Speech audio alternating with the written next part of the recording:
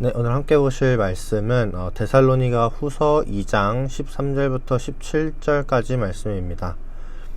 주께서 사랑하시는 형제들아, 우리가 항상 너희에 관하여 마땅히 하나님께 감사할 것은 하나님이 처음부터 너희를 택하사 성령의 거룩하게 하심과 진리를 믿음으로 구원을 받게 하심이니, 이를 위하여 우리의 복음으로 너희를 부르사 우리 주 예수 그리스도의 영광을 얻게 하려 하심이니라. 그러므로 형제들아, 굳건하게 서서 말로나 우리의 편지로 가르침을 받은 전통을 지키라.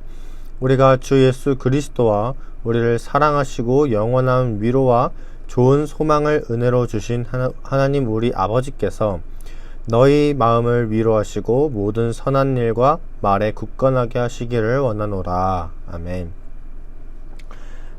교회를 다녀도, 신앙생활을 아무리 오래 해도 우리의 믿음이요, 사실 흔들릴 때가 굉장히 많습니다. 하나님의 말씀을 믿기는 하지만 세상에는 하나님보다 이 죄가 더 강하게 역사하는 것 같고, 이 선보다 악한 것들이, 악이 더 강한 것 같을 때가 많아요. 이 세상을 보면 그렇죠. 그래서 마치 하나님이 없는 것 같기도 하고, 참 살아계셔서 역사하신다라는 말이 참 와닿지 않을 때가 많습니다. 또 성경에 관하여서 평소에 듣지 못했던 말을 누군가 굉장히 좀 그럴듯하게 논리적으로 하면 솔깃할 때도 많아요. 그렇죠? 그래서 우리는 그런 얘기들 앞에서 쉽게 이렇게 휩쓸려 갈 때가 많습니다.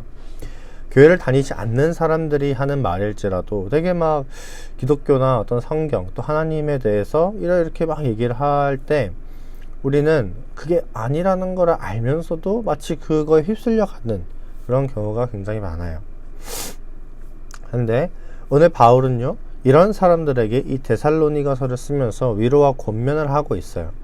이 당시 데살로니가 교인들이 데살로니가 전서를 받은 후에 이 데살로니가 전서 5장에 예수님의 이 강림이 도둑같이 온다는 말을 듣고, 이 말을 가지고 예수님의 강림이 임박했다, 이 당장 올 거다 하고 오해를 했습니다. 그래서 바울은 이 데살로니가 후서 2장을 통해서 그 오해를 수정해줘요. 그러면서 이제 예수님이 강림하실 때 나타날 이 현상들을 쭉 나열을 해줍니다. 3절부터 12절까지가 길게 설명을 이렇게 쭉 하는데, 짧게 얘기하면 이제 적그리스도가 나타날 것이다 라는 거예요. 즉 하나님을 대적할 자가 나타날 것이다 라는 겁니다. 이 적그리스도가 나타나면 이제 어떤 존재인지, 그 적그리스도라는 존재가 어떤 사람인지 정확하게는 알 수가 없습니다. 중요한 것은 하나님의 뜻을 대항하고 그리스도에게 대적하는 그런 존재다 라는 거죠. 이단같이 보이기도 하지만 단순히 이단이라고 하기에도 조금 애매한 부분들이 있어요. 왜냐하면은 이 당시에도 이단들이 있었기 때문이에요. 그래서 그 당시에도 이단들이 있었는데, 그러면은 바울이 이 데살로니가서를 쓰면서 그 당시에 있었던 이단들을 언급하지 않고 이단들과는 다른 또 다른 존재, 적그리스도라는 표현을 쓰면서 또 다른 존재를 얘기하기 때문에 이단과 동일시하기에는 조금 애매한 부분이 있다라는 겁니다. 그래서 어쨌거나 이 바울은 이 데살로니가 교인들에게 이러한 종말의 전조들을 얘기를 해줘요. 설명합니다. 그래서 그들의 오해를 풀어주는데, 그리고 오늘 우리가 읽은 말씀을 얘기를 해요. 바로 가르침을 받은 전통을 지키라 입니다. 이 예수님의 재림이 있을 것이고 종말도 있을 거고요. 그때가 되면 적그리스도가 이 세상에 나타나서 혼란스럽게 하겠지만, 하나님이 너희를 택하셨고 거룩하게 하셔서 진리를 믿음으로 이제는 구원을 받게 하셨다.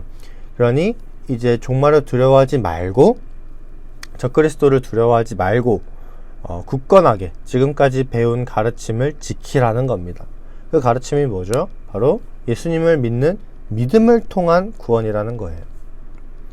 저와 여러분에게도 이런 모습이 있었으면 좋겠어요. 성경에 기록된 이 종말의 때에 일어날 이 현상들이요, 조금씩 현실에서 일어나고 있어요. 많은 사람들이 이제 그런 걸 보면서 종말의 때다 말을 하죠. 하지만 여러분들은 하나님의 택함을 받아 예수 그리스도를 믿어 구원을 받은 사람들입니다. 종말이 다가오면 다가올수록 아마 세상은요 더 혼란스러워지고 이 믿음을 지키기 어려워질 수도 있어요.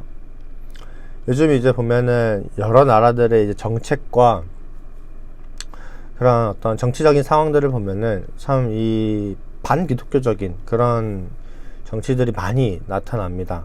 그래서 사실 기독교인들은 참 이 마음 둘 데가 없어요. 저희 담임 목사님도 항상 하시는 말씀 중에 하나가 이제 기독교인들은 점점 더 마음이 어려워지고 마음 둘 데가 없어진다. 기댈 곳이 없다 라고 얘기를 하시는데 참 그 말이 맞는 것 같아요. 그래서 우리는 이 서서히 정말 스며드는 것처럼 서서히 우리도 모르게 이런 세상의 흐름 속에서 우리의 믿음이 점점 더 지키기 어려워지는 그런 시대를 살아갑니다. 막 강제적으로 팍 이렇게 쳐버리는, 기독교를 쳐버리는 그런 건 없을지라도 서서히 우리도 모르게 우리의 신앙에 어려움들이 찾아와요. 그런 상황 속에서 우리는 어떻게 보면은 굉장히 좀 세상 속에 스며들어서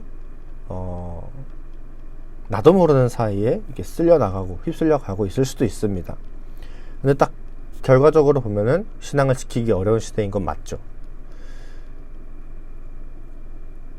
하지만 믿음을 더욱 굳건히 하셔서 예수님이 얻은 그 영광을 얻기 위해 우리가 받은 가르침을 끝까지 지키시기를 바라요. 이 당시 사람들에게 성경이라고 사실 구약이죠. 구약밖에 없었고 바울이 각 지역의 서신서를 쓴 것이 전부였는데 지금 우리에게는 성경이 66권이 온전하게 있습니다. 구원에 이르는 지혜를 갖추기 위해 부족한 것이 없어요. 쉽게 말해서 우리가 지금 가지고 배운 가르침은 완전하고 온전하다라는 겁니다. 이 가르침을 끝까지 지키시는 저 여러분들이 되시기를 바라요. 그래서 오늘 함께 기도하셨으면 좋겠는 것은 한 가지인데요.